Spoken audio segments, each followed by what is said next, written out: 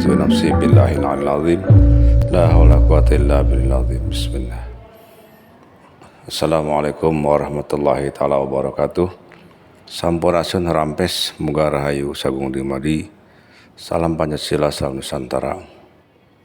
Berjumpa pada paparan video kali ini yang mengangkat topik tentang cerita luang. Kita ambil judul saja, Kang Deddy Mulyadi cepot jadi raja. Hanya untuk sebuah pendekatan untuk membuka cerita selanjutnya, sama sekali bukan untuk menyinggung pribadi beliau. Ya, dipersilahkan.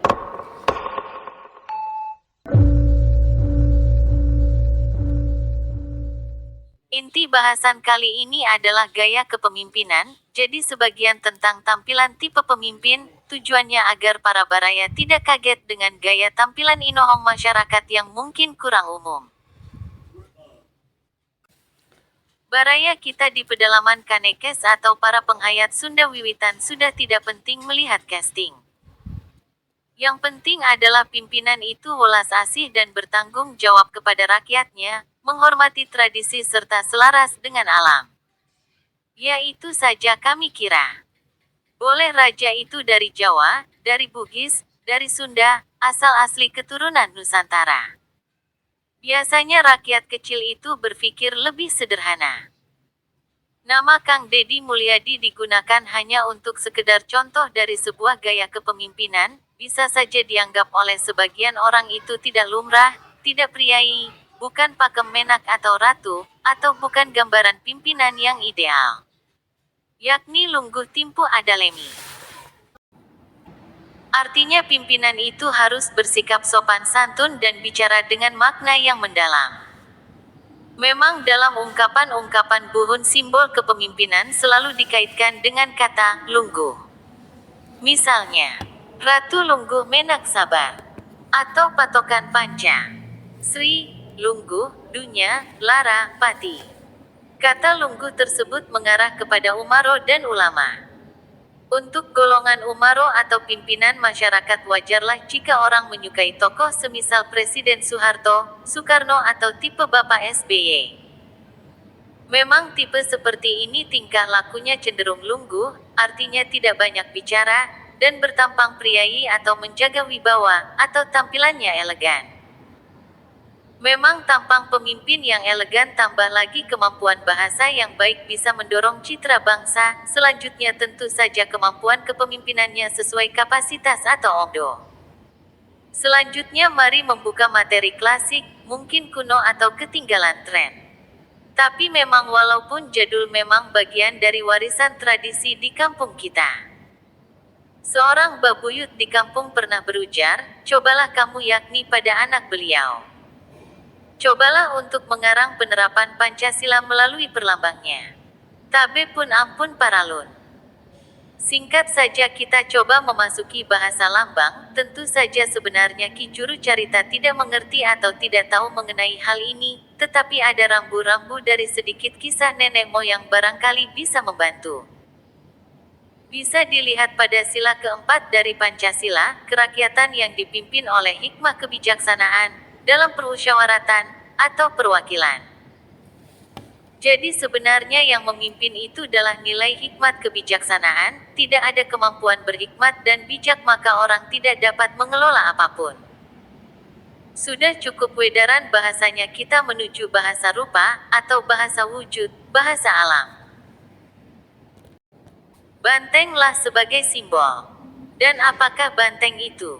Alkisah dalam sebuah cerita wayang. Pemerintahan Pandawa kerepotan melawan pasukan bala tentara siluman dan manusia yang amat tangguh, sehingga pemerintahan dapat dijatuhkan, negara dijajah oleh asing, para kaula, para rakyat kecil menjadi kesusahan. Dalam keadaan prihatin, datanglah seekor banteng hitam, berjuluk Banteng Hulu.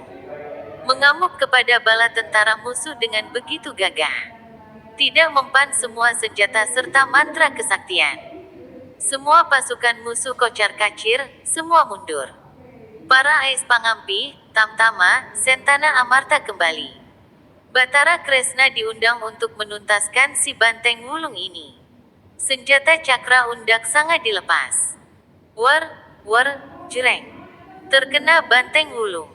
Seketika ia berubah menjadi Semar dan Adipati Arjuna.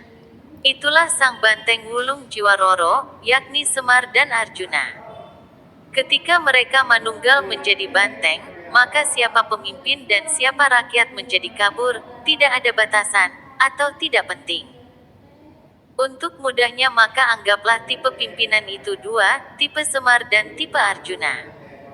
Tipe Semar itu bergaya merakyat, tidak protokoler. Tipe Arjuna itu lebih tertib, lungguh, protokoler dan tentunya castingnya tampak elegan, ngamena. Sekarang kita masuk ke bahasan tipe Arjuna, atau sebut saja tipe A.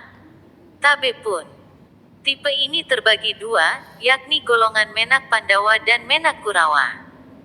Keduanya adalah berhak, berpeluang atas ngaraja. Keduanya ada dua tipe negarawan yang diplomatis, dan tipe militer, sebut saja tipe diplomatis seperti Arjuna, tipe militer seperti Bima. Tipe tegas keras ala Bima semisal Ratu Sima dari Karatuan Kalingga misalnya. Jika dalam jajaran Khulafaur Rasyidin adalah Baginda Umar, radhiyallahu anhu. Contoh lainnya anggaplah gaya Presiden Soekarno adalah kombinasi gaya Bima dan Arjuna. Gaya Bapak Soeharto adalah gaya Samiaji yang adem. Tabe pun. Adapun tipe pimpinan gaya Semar dalam simbol Banteng Wulung, kita sebut saja tipe B. Gaya ini lebih merakyat. Terbagi dua, yaitu tipe bapak dan tipe anak. Tipe bapak adalah kepemimpinan bergaya orang tua, gaya Semar. Tidak pernah malu atau ragu berbaur dengan masyarakat. Jika orang dengan tipe gaya kepemimpinan seperti ini menjabat, maka cepat atau lambat negara akan menuju kemajuan, negara akan stabil. Mereka memang bersahaja tapi tetap berwibawa, akan mudah diterima di semua golongan. Contoh figurnya bisa seperti Sana Gusmao dari Timor Leste. Ketika ekonomi Timor Leste kacau, ia bersedia menjadi Perdana Menteri, setahap demi setahap perekonomian membaik. Setelah itu ia segera mengundurkan diri. Orang-orang melihat beliau hanya pakai sendal jepit, kolor dan kaos oblong, berjalan kaki mengantarkan bahan makanan untuk korban bencana alam, di sebuah lokasi pengungsian. Contoh lainnya adalah pemimpin India dahulu, Mahatma Gandhi. Sepertinya dari Indonesia belum terlihat dari tipe Bapak Semar ini. Oh, bukankah dari Sunda ada Kang Deddy Mulyadi? Kembali saja ke inti, yakni tipe bukan subjek pribadi. Siapa saja dengan tipe ini adalah tipe kedua. Tipe anak, atau anak Semar. Jangan kira hanya Menak, Pandawa dan Kurawa saja yang bisa ngaraja. Mending para Pandawa, malah para Kurawa itu cenderung memperkaya diri, menghancurkan kesejahteraan rakyat. Golongan semisal Lurah Semar, Lurah Togok, juga berhak ngaraja, bahkan para putra mereka, Cepot, Dawala, Gareng, dan Jaka Bilung pun berhak ngaraja. Ada kisah dalam wayang Cepot jadi raja, Gareng jadi kesatria tangguh. Ciri wancinya adalah gaya merakyat cenderung mengabaikan protokoler. Dan ada tambahannya, yaitu banyak timbul situasi ngabodor atau komedi. Suasana akan lebih cair, tapi bisa agak kacau juga. Ya sekarang itu musimnya Cepot jadi raja, itu dalam bahasa wayangnya. Bahasa nyatanya seperti figur Kang Deddy, pimpin Jawa Barat, atau yang lainnya, Bapak Komeng naik jadi dewan yang terhormat. Jangan dikira jika orang dengan tipe ini naik, tidak akan membawa kemajuan apa-apa. Mereka terbiasa dengan tempaan hidup dan segala kesusahan, berbicara dengan rasa, semua aji luhung bukannya tidak ada, semua melebur dalam penerapan ilmu tani.